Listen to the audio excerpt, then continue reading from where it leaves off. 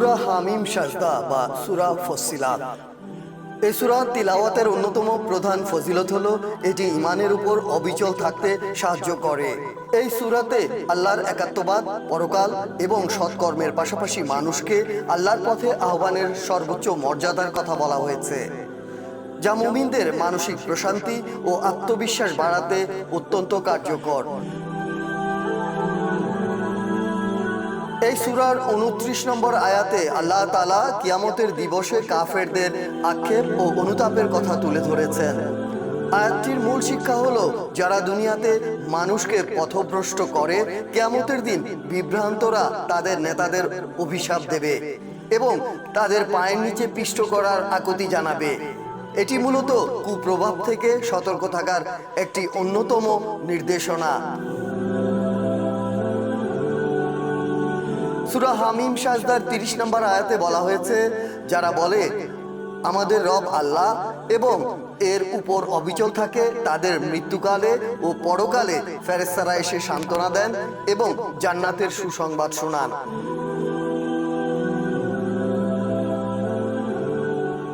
31 নম্বর আয়াতে আল্লাহ তাআলা মুমিনদের জন্য পার্থিব ও পরকালীন বন্ধু হিসেবে ফেরেশতাদের সঙ্গ এবং জান্নাতের অফুরন্ত নিয়ামতের সুসংবাদ দিয়েছেন।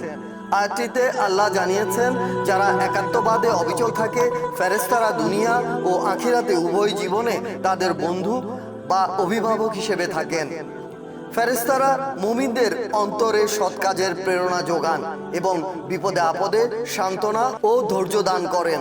পরকালে জান্নাতে মুমিনরা যা চাইবে এবং যে জিনিসের আকাঙ্ক্ষা করবে তার সবই সেখানে দেয়া হবে।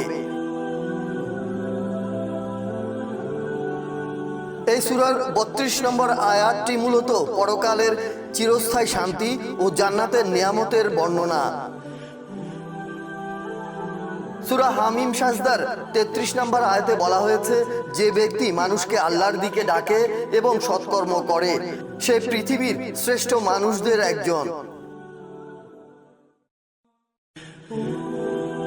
এই সূরার আয়াতগুলো অর্থ বুঝে তিলাওয়াত করলে মানুষের ঈমান ও আল্লাহর প্রতি তাওয়াক্কুল বৃদ্ধি পায়। পবিত্র কোরআনের অন্যান্য সূরার মতো সামগ্রিক তিলাওয়াতের ফজিলতের পাশাপাশি এই সূরার আয়াতগুলোর মাধ্যমে বান্দা আল্লাহর প্রতি পূর্ণাঙ্গ আত্মসমর্পণের প্রেরণা লাভ করে। আউযু বিল্লাহি মিনাশ শাইতানির রাজীম। বিসমিল্লাহির রহমানির রহিম।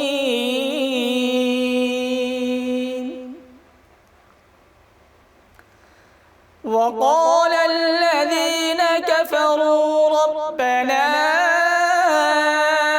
أرنا الذين أضلانا من الجن والإنس نجعلهما تحت أقدامنا ليكونا من الأسفلين إن الذين قالوا ربنا الله ثم استقاموا تتنزل عليهم الملائكة